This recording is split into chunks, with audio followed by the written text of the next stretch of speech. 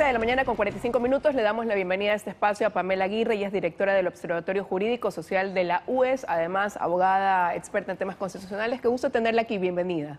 Muy buenos días, Liz, y a toda la audiencia de Teleamazonas. Bueno, la gran pregunta es ¿qué viene ahora? ¿No? Ya prácticamente pues con los resultados que arroja el CNE, 3 preguntas de las del referéndum fueron aprobadas por los ecuatorianos. Y ahí, ¿eso qué conlleva, no? En el tema, de manera general, el tema de extradición, el rol de las Fuerzas Armadas y judicaturas especializadas.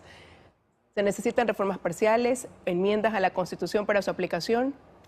Bueno, es importante señalar y recordemos que este proceso eleccionario estuvo compuesto por 2 partes. La primera, la reforma de la Constitución, que tiene que ver con Fuerzas Armadas, con el tema de la extradición y con el tema de las judicaturas constitucionales especializadas. Respecto a estos cambios, es importante que la gente entienda que estos cambios automáticamente entraron en vigencia el momento en el que se proclaman los resultados.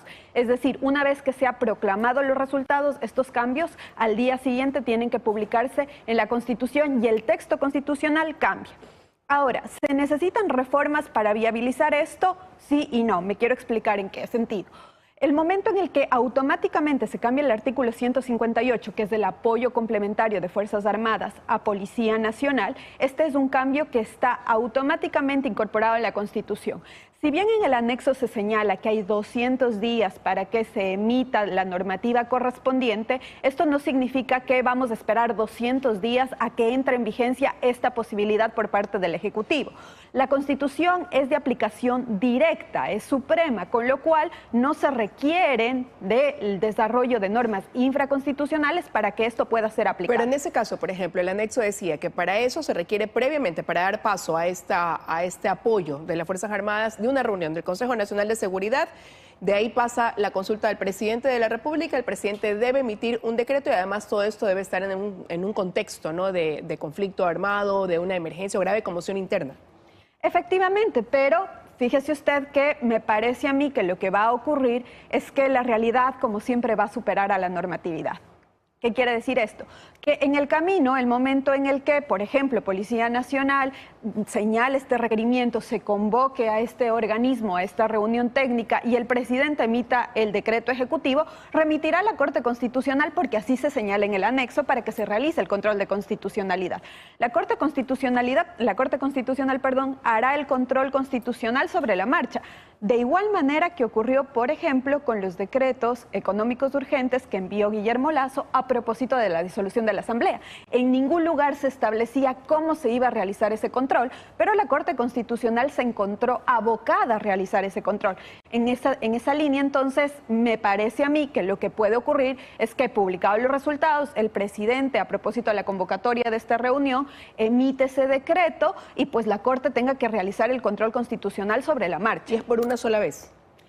A ver, esta figura es una figura bastante novedosa y extraña, inclusive en el derecho comparado, porque en el derecho comparado lo que nosotros tenemos es la figura de los estados de excepción, suspensión de derechos humanos del artículo 27 de la Convención Americana. Así que, pues, me parece a mí que esto necesariamente tendrá que estar motivado y que además, a propósito de su pregunta, si es por una sola ocasión, es por una sola ocasión en relación al motivo que lo convoca. ¿Qué quiere decir esto? Es decir, si el presidente de la República señala que requiere apoyo complementario de Fuerzas Armadas, por ejemplo, para repeler la delincuencia transnacional, por ejemplo, pues eventualmente esto será por una sola vez, los 6 meses, con una prórroga de 1 mes adicional. Pero si eventualmente existe otro motivo, piénsese por ejemplo en la captura de una persona que ha sido o que es sindicada por feminicidio, se me ocurre, podría eventualmente pensarse que si es un delito que puede caer dentro de los que está dentro del anexo, eventualmente podría solicitarse adicional. Pero entonces debe tener temporalidad también. Tiene la temporalidad de 6 meses más la prórroga de 1 mes adicional. Entonces, esto es súper importante tener presente. Es un periodo de 6 meses. Se parece muchísimo en la figura al estado de excepción. ¿Cuál es la diferencia? Que en el estado de excepción existe suspensión de derechos y el tiempo en el cual puede ser dictado es de máximo 60 días con una prórroga de 30. En este caso, la diferencia es los 6 meses con esta prórroga de 30 días adicionales Y como le señalo que en esta figura del apoyo complementario no existe la posibilidad de suspensión del ejercicio de los derechos constitucionales. Ahora, se hablaba de la extradición y se decía es de aplicación inmediata, pero hay que hacer también cambios a la ley de extradición una vez que ya esto quede aprobado. Volvamos a esta reflexión. La Constitución es norma directamente aplicable. Con lo cual, insisto, una vez proclamados los resultados y publicados en el registro oficial, esto cambia. De igual manera, nadie puede venir a decir si es que se aplica una vez publicado, al día siguiente se aplica, nadie puede venir a decir no porque todavía no ha cambiado la ley, entonces no se ha modificado el artículo, no aplica, nadie puede venir Ese no es un argumento válido en un Estado constitucional. Ahora, ¿qué es lo que puede ocurrir? Es que varios aspectos de esta extradición a ecuatorianos no se encuentran regulados efectivamente en la ley, con lo cual el presidente de la Corte Nacional de Justicia tendrá que también irlo resolviendo a propósito de lo que vaya ocurriendo.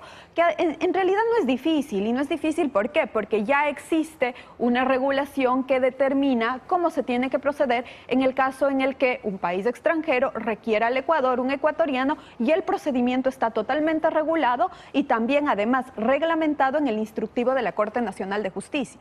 Ahora, y en el caso de la creación de las judicaturas especializadas, ahí sí se requieren algunos cambios también a la ley de garantías jurisdiccionales. Pasaría lo mismo que usted dice, puede ser de aplicación inmediata y ya en el camino se van a ahí hay una diferencia, ahí hay una diferencia, Liz, y la diferencia radica en que para jueces especializados necesitamos a los jueces especializados y no existe. Por eso se da un año de implementación. Efectivamente. Entonces, a diferencia, por ejemplo, del tema de este apoyo complementario, en el que el anexo se dice que la Corte Constitucional tiene que realizar el control, ya tenemos una Corte, con lo cual, pues esto entra directamente. En el caso de la justicia especializada, sí que se requiere la elección de estos jueces especializados y además todo este proceso, que es un proceso que tiene que estar escrutado públicamente, que tiene que cumplir los más altos estándares y que precisamente por ello, entonces, es necesario que se haya determinado esto. Pero está bien el plazo de un año, lo digo en dos sentidos. Uno, en un año habrán los recursos para poder implementar estas judicaturas en los 221 cantones del país,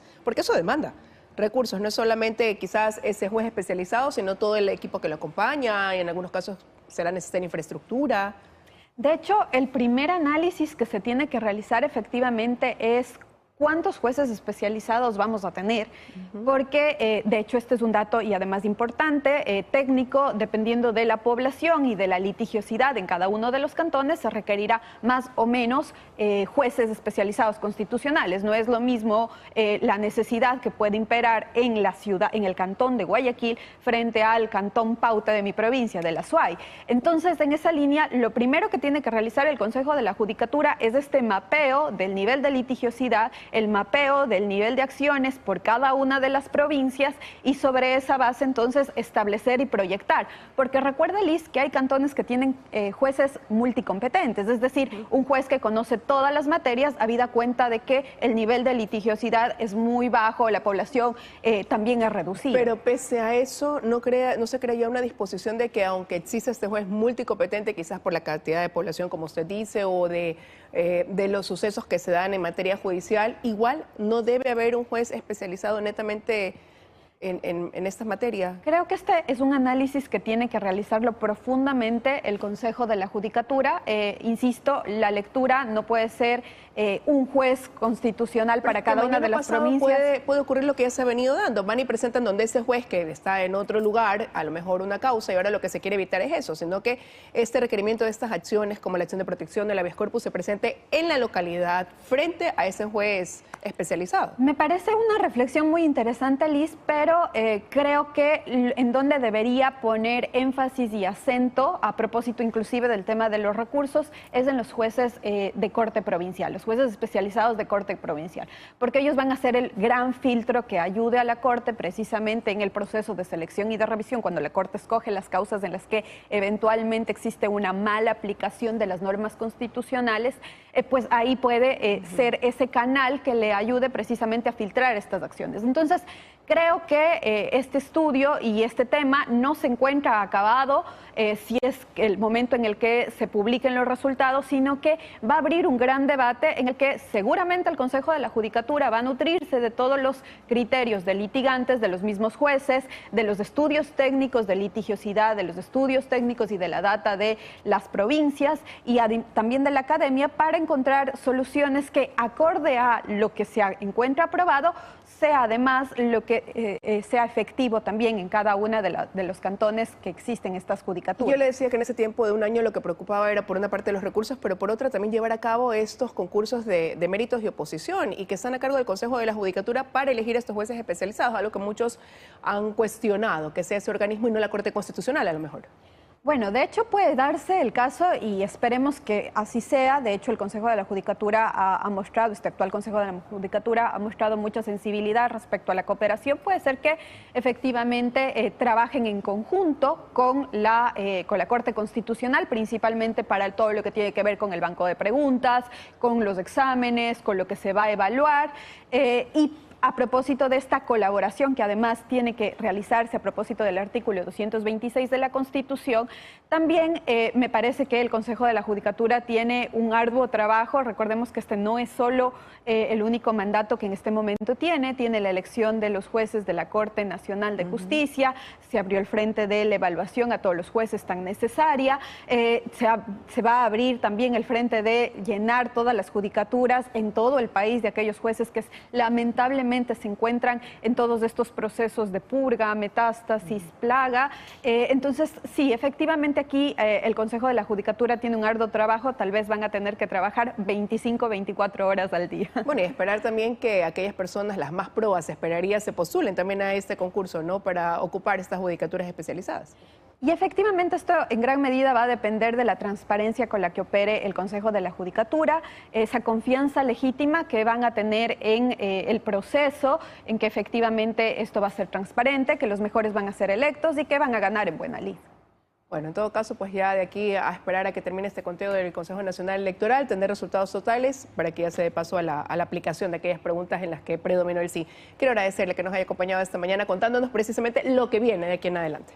Muchísimas gracias, Liz, y a toda la audiencia de Teleamazonas. Un muy buen día. Son las 7:57, ya casi 7:58 de la mañana. Estamos concluyendo ya este espacio de noticias. Milton. Así es, Liz. Terminamos, amigos. Nos vemos más tarde y lleven las noticias locales. Buenos días.